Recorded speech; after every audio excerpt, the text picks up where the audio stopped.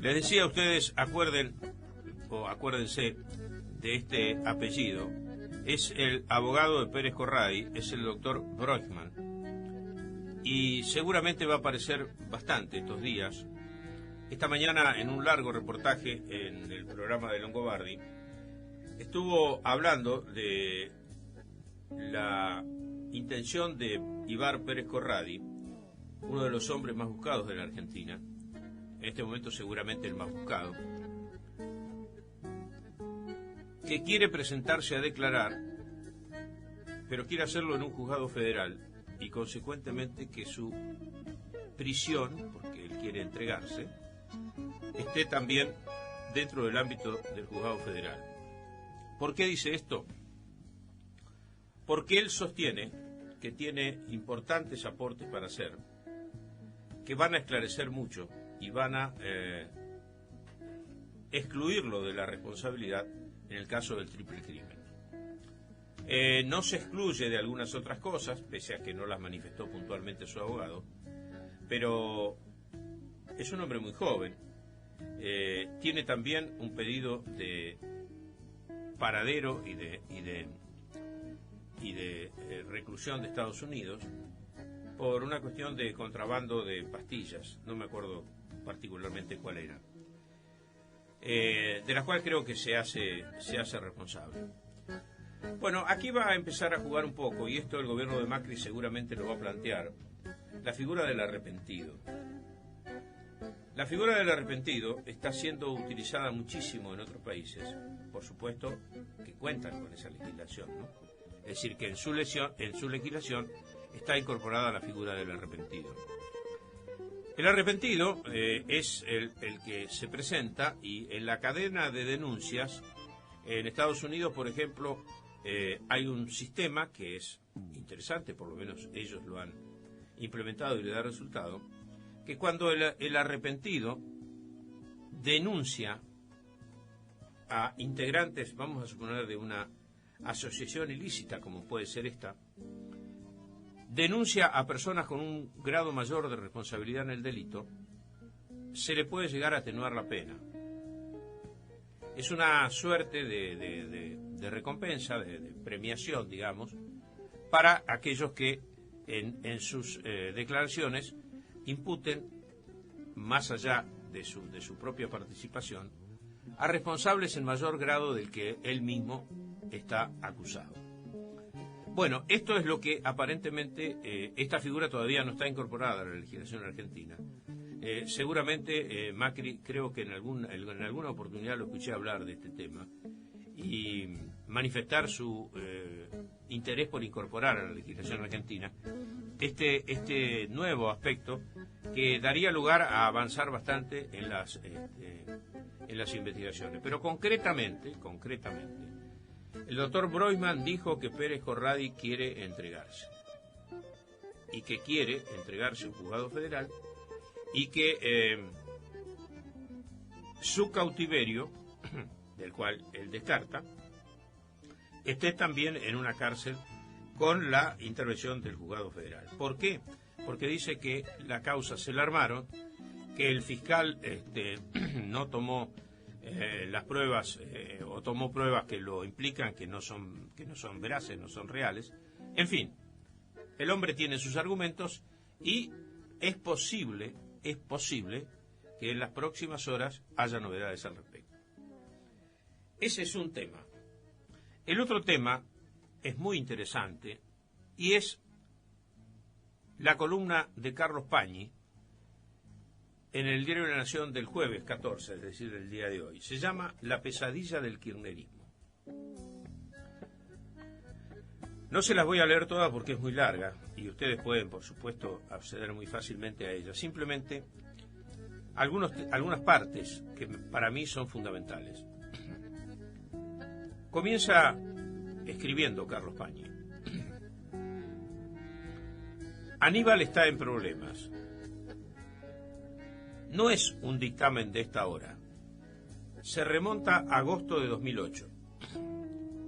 Dos dirigentes peronistas, por entonces senadores, se lo escucharon a Néstor Kirchner en el momento en que recibió la noticia de que Sebastián Forza, Damián Ferrón y Leopoldo Vina, los dueños de droguerías que traficaban con efedrina,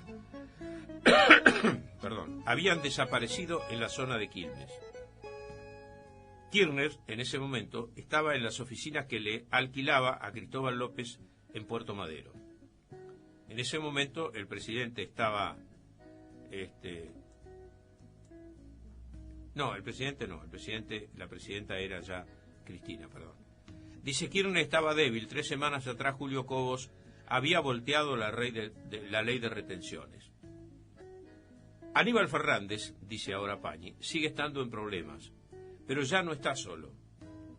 La captura de Martín y Cristian Lanata y de Víctor Schillaci corre el velo sobre una trama político-criminal que prosperó bajo el kirchnerismo. La retirada del poder deja al descubierto un sistema de complicidades cuyo completo esclarecimiento depende de 2 movimientos institucionales.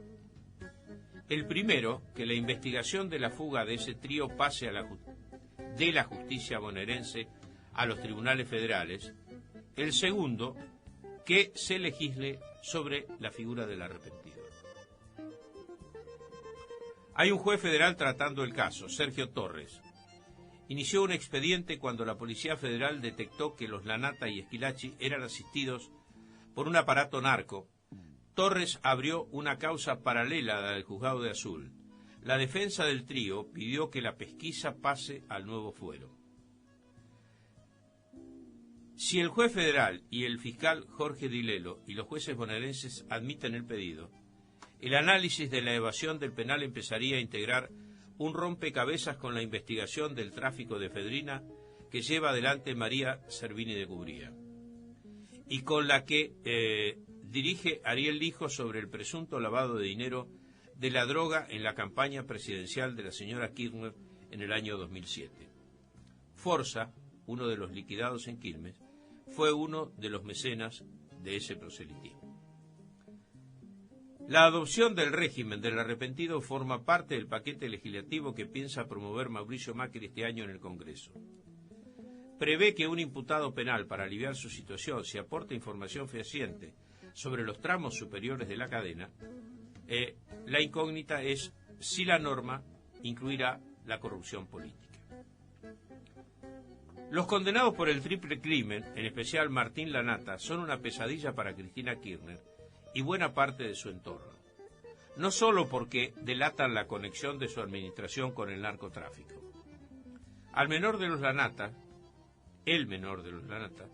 dejó huellas de sus fechorías en el Registro Nacional de Armas, donde trabajó a las órdenes de Andrés Meissner. Meissner es el presidente del Club Quilmes en reemplazo de su titular Aníbal Fernández.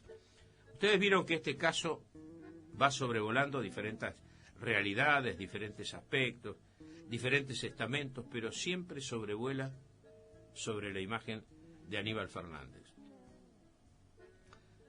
Seguimos. Según fuentes judiciales, el cuaderno y la agenda que le secuestraron a ese delincuente registran nombres de políticos, empresarios y barras bravas.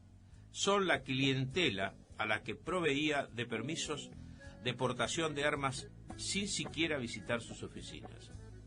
El beneficio llegaría a militantes de movimientos sociales que por miles fueron apañados por el kirchnerismo. No era el único negocio que Martín Lanata hacía con las armas. El fiscal Gerardo Pollicita detectó viajes a la localidad de Pedro Juan Caballero, en Paraguay, para vender pertrechos a los narcotraficantes brasileños del Comando Vermelo. A menudo se hacían en un auto patentado a nombre de la ex CIDE. Lanata, amante de la caza, es un eximio tirador. Tal vez fue esa habilidad lo que lo subió a un avión de Lázaro Báez, el mismo en el que tantas veces se movió Cristina Kirchner para viajar a Santa Cruz durante un levantamiento del gremio petrolero. Martín Lanata ofrecía estas prestaciones al amparo de Aníbal Fernández. El ex jefe de gabinete es socio de Luis Meissner, padre de Andrés y mano derecha de Julio Grondona. Fernández consiguió, gracias a Meissner, organizar para su jefa el programa Fútbol para Todos. Meissner, sospechado de estar involucrado en la corrupción de la FIFA, está bajo arresto domiciliario en estos tiempos, en este momento. Es una amenaza delicada para Fernández. Su amigo lo vincula a un expediente abierto en los Estados Unidos donde el régimen del arrepentido está vigente. Bueno, sigue avanzando y dice, la investigación sobre los negociados de la AFA está a cargo de Servini de Cubría. Es la jueza que examina la infiltración del tráfico de efedrina en las gestiones de los Kirchner. Servini procesó en esa causa a Máximo y Miguel Ángel Zacarías, dos funcionarios ligados a la presidenta.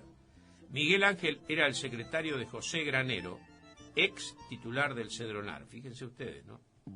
El tipo que era el secretario del director del organismo que debería custodiar o encargarse del narcotráfico, estaba ligado a una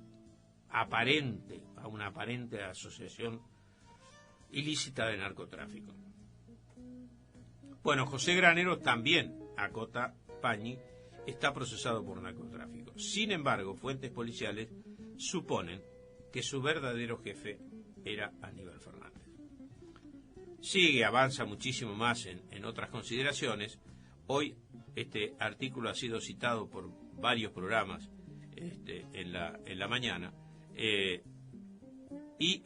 obviamente este hombre, este columnista habitual del diario La Nación, posee una información de absoluta primera mano.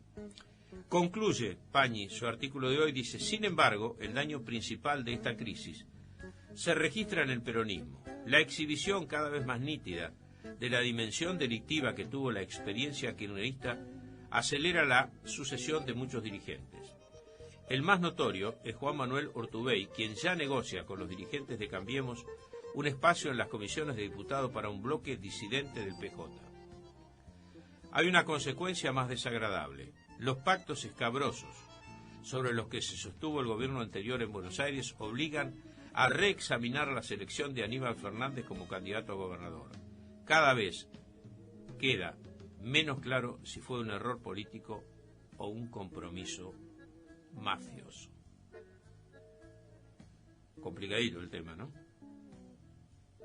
Complicadito. Estuvimos a punto de tener como gobernador a un hombre que por lo menos en la previa,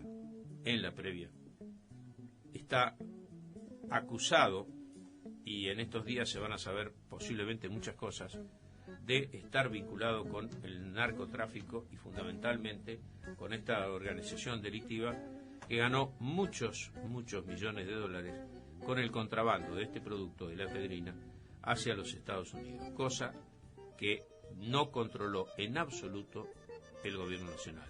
¿Y cómo la iba a controlar Granero, que era el director del Cedronar, si aparentemente estaba ligado a este grupo delictivo?